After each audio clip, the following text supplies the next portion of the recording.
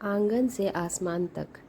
बड़े शहर की रौनकें छोड़कर जब सुनैना की शादी एक छोटे कस्बे के घर में हुई तो मन में थोड़ा डर था और थोड़ी उम्मीद।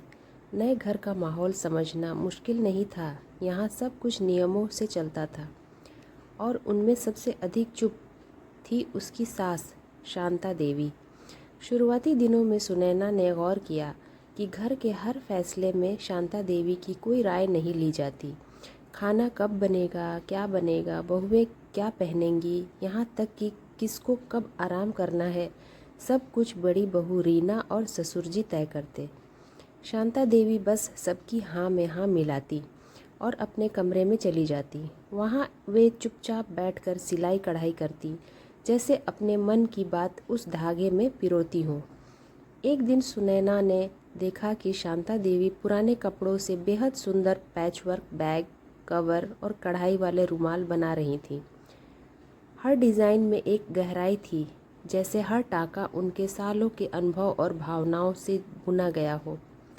माँ जी, ये सब आपने बनाया है? हाँ बेटा, ऐसे ही टाइम पास के लिए बना लेती हूँ। पहले कुछ ऑर्डर भी आते थे, लेकिन अब तो घर के कामों से फुर्सत ही कहाँ मिलती है। और कौन पूछता है अब हमारी कला को? उनकी आंखों में एक अधूरी प्यास दिखी, मानो बरसों से किसी ने उनकी पहचान को मिटा दिया हो। सुनैना को झटका सा लगा, इतनी बड़ी कलाकार और इतनी खामोशी। अगले ही दिन सुनैना ने उनके बनाए बैग्स की फ़ोटो खींची और एक इंस्टाग्राम पेज बनाया, हैंडमेड बाय अम्मा। शुरुआत में बस दोस्तों ने तारीफ़ की, कुछ ने ऑर्डर भी दिए, लेकिन देखते ही देखते पेज पर फॉलोअर्स बढ़ने लगे। लोगों को शांता देवी की कला में कुछ खास नज़र आया। उसमें एक अपनापन था, एक कहानी थी। जब पहला बड़ा ऑर्डर आया, सुनैना ने खुशी खुशी माँ जी के हाथ में फ़ोन थमाया।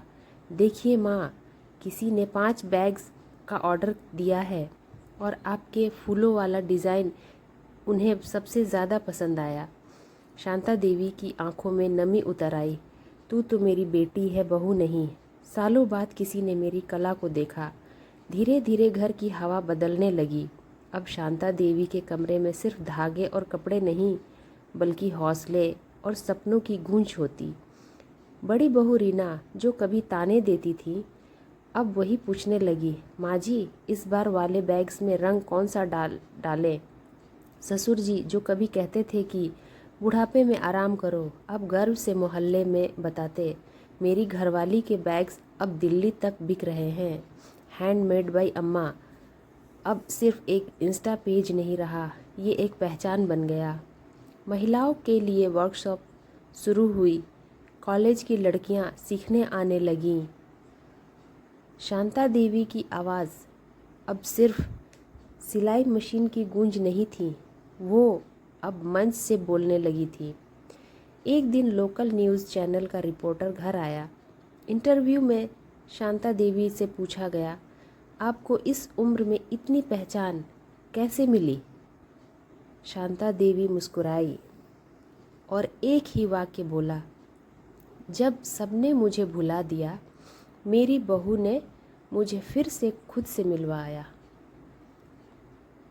तो फ्रेंड्स, कैसी लगी मेरी ये आज की स्टोरी?